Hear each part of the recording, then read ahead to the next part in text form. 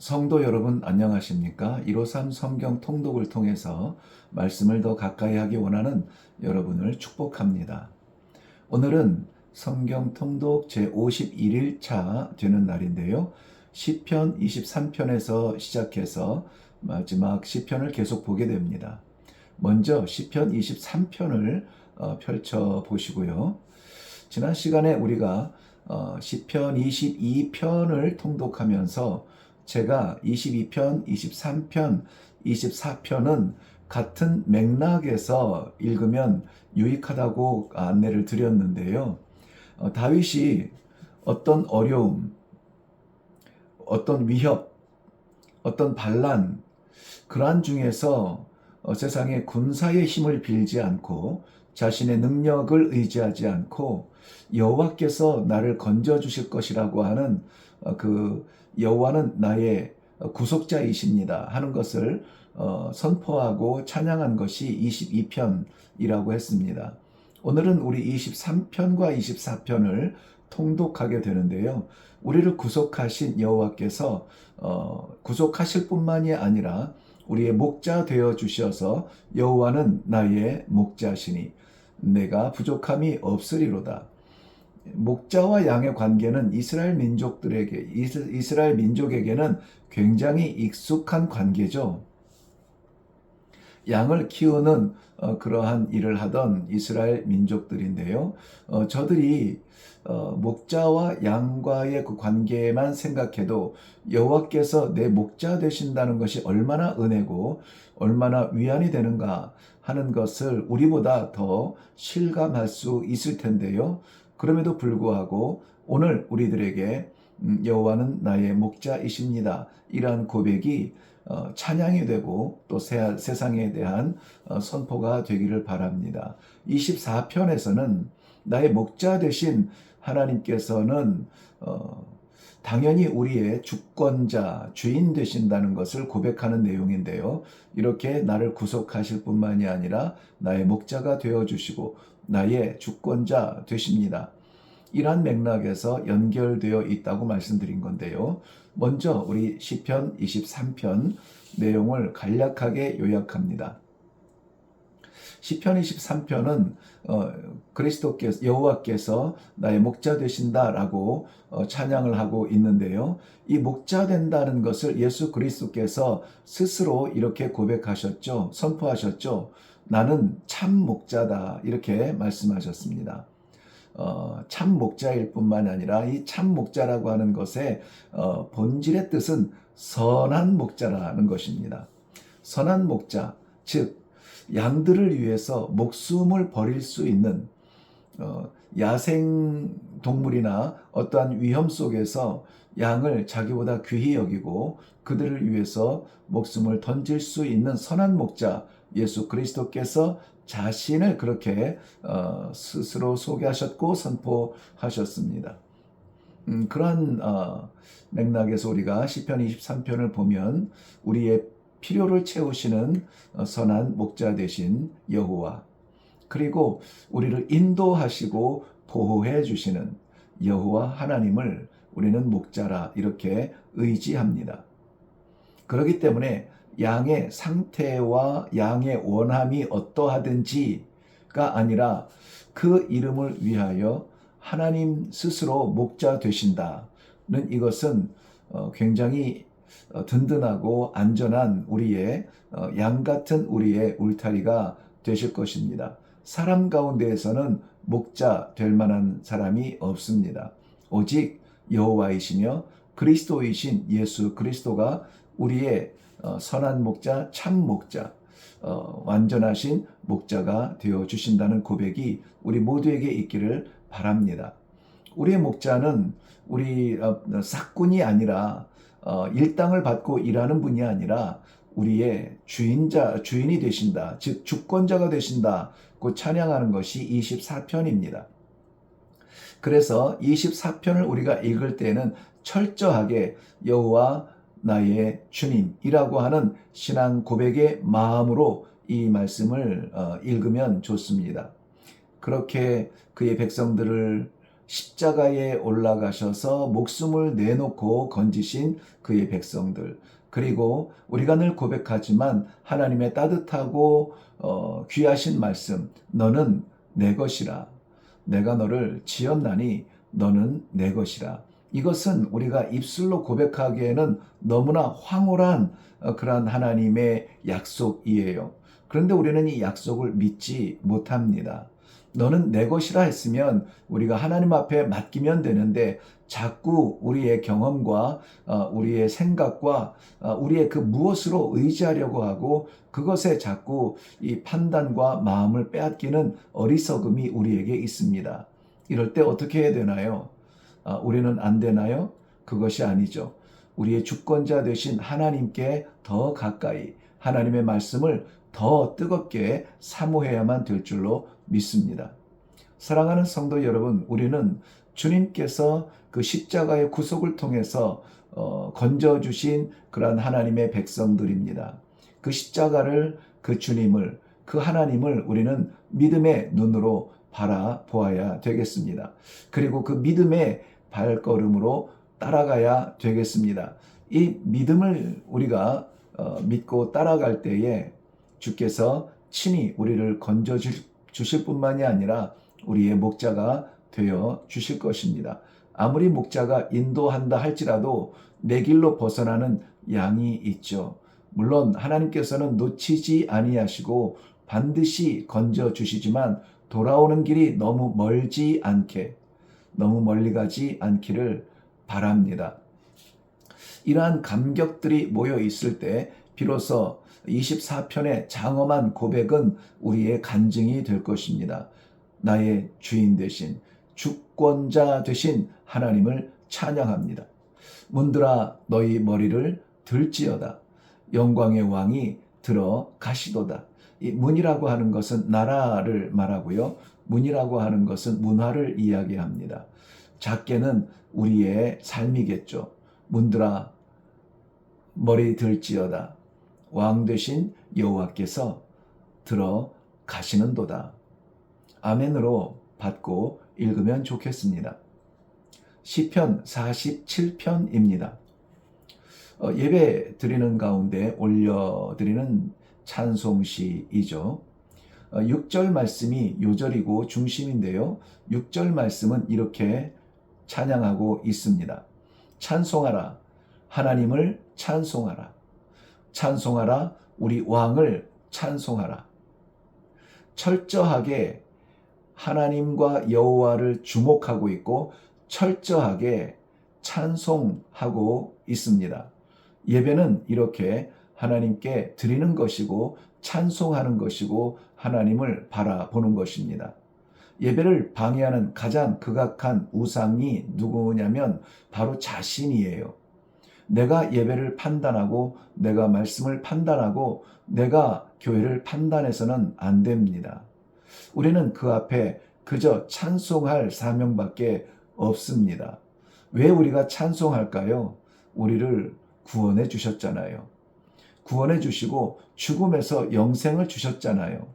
그것 외에 더 바란다면은 과욕이 될 것입니다. 만약에 이 관계만 우리가 분명하게 새겨지는 그러한 신앙이라면 초신자여도 50년, 60년 신앙생활을 했던 베테랑 성도일지라도 하나님께서는 귀하게 여겨 주실 것입니다. 찬송은 경배를 말합니다. 경배는 인정을 말하는 것이고요. 우리는 살아계신 하나님 아버지를 인정하며 그분을 찬양하며 경배합니다. 그런 자리에 하나님은 안 계시고 사람만 있다면, 형식만 있다면, 순서만 있다면 무슨 의미가 있을까요? 그것이 예배인 줄로 착각하며 살아왔던 시간은 혹시 없을까요? 온전히 우리의 예배가 내가 판단자가 아니라 심판자가 아니라 예배자로서 하나님 앞에 예배를 드리고 있습니까? 그렇다면 잘하시는 겁니다. 하나님께서 그 예배를 부족할지라도 받으실 줄로 믿습니다. 읽지는 않지만 46편의 연장선상에서 같이 묵상하면 또한 좋을 말씀입니다. 좀 건너뛰어서 우리 시편 68편을 보겠습니다. 시편 68편은 절수가 좀 많아서요. 이것을 조금 구별하면 도움이 될 것 같아요. 먼저 1절부터 6절까지 내용의 중심은 하나님을 찬양하라는 찬송시로 가득 채워져 있습니다. 그리고 7절부터 10절까지의 내용은 찬양하는 그 하나님을 광야에서 우리를 인도하신 하나님, 인생에서 우리를 인도하시는 그 하나님을 찬양한다는 것이죠.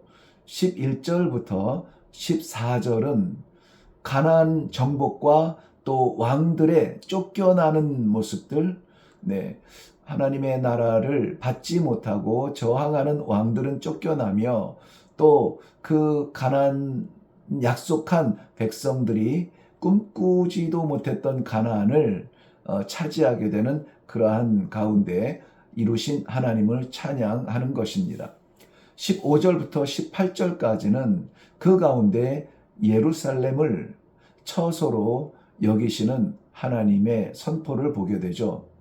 19절부터 23절까지는 구원을 그의 백성들에게 베푸시며 죽음을 그의 원수들에게 심판하시는 하나님을 봅니다.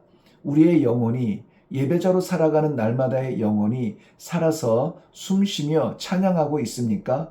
아니면 죽은 자처럼 무감각하게 그렇게 세상 사람들과 다를 바 없이 그렇게 살아가고 있습니까? 하나님께서 우리를 살리셨으니 우리는 산 자로 하나님 앞에 서야 할 것입니다. 24절부터는 27절까지 왕의 행차를 그리고 있는데요. 이 왕의 행차가 어디 다른 나라가 아니라 이 예루살렘, 즉 하나님의 도성, 즉 하나님의 제단, 즉 하나님의 성도의 삶 가운데 이 왕의 행차가 있기를 바랍니다. 나 외에 아무도 보이지 아니하는 그러한 스스로 왕된 자리가 아니라 우리의 구원자이시며 나의 왕 되신 만왕의 왕 여호와 하나님께서 내 삶에 행차하시는 그 마칭 소리가 들리는 삶이 되기를 바랍니다. 28절부터 31절은 하나님의 능력으로 열국이 굴복하는 것을 보시죠. 열국이라고 하는 것은 세상의 모든 나라, 모든 민족을 말합니다. 모든 권세, 모든 특기를 말합니다.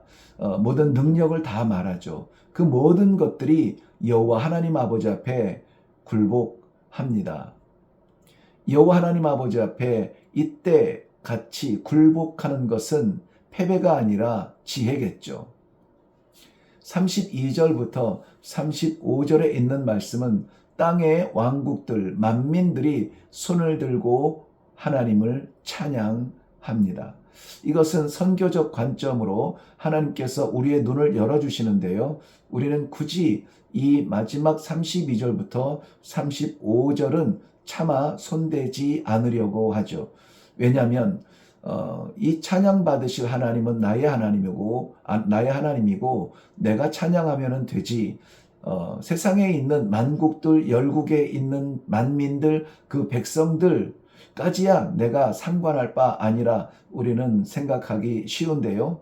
하나님은 그의 복음의 나라를 하나로 만드시지 쪼개지 않습니다. 쪼개는 것은 우리가 나누는 것인데 우리의 연약한 한계가 이 복음의 그 한계를 제한하지 않는가.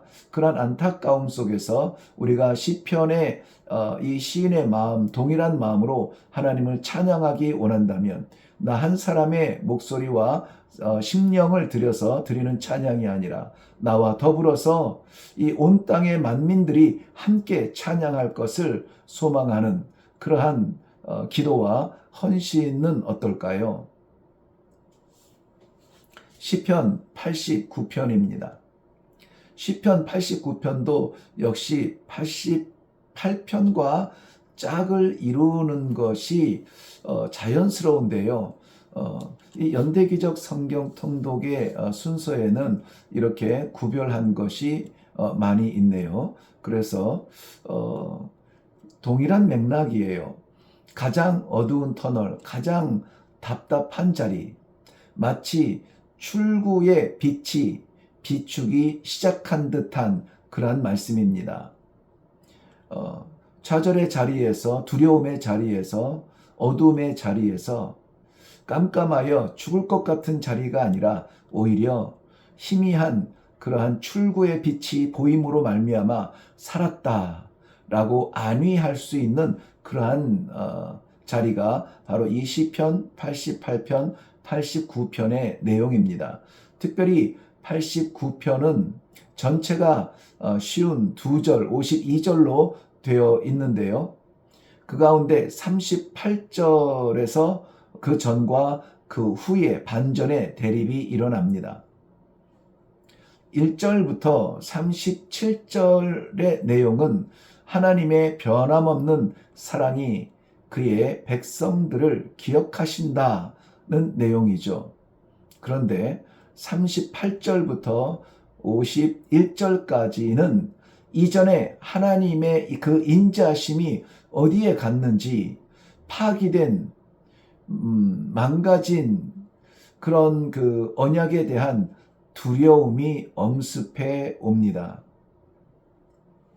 이 88편의 죄로 인해서 죽은 그러한 과거와 89편의 그리스도로 인하여서 새롭게 태어난 구원의 백성, 그리고 심판의 자리까지 망라한 그 구속사의 전체적 내용을 여기에 담고 있다, 이렇게 이해할 수가 있겠습니다.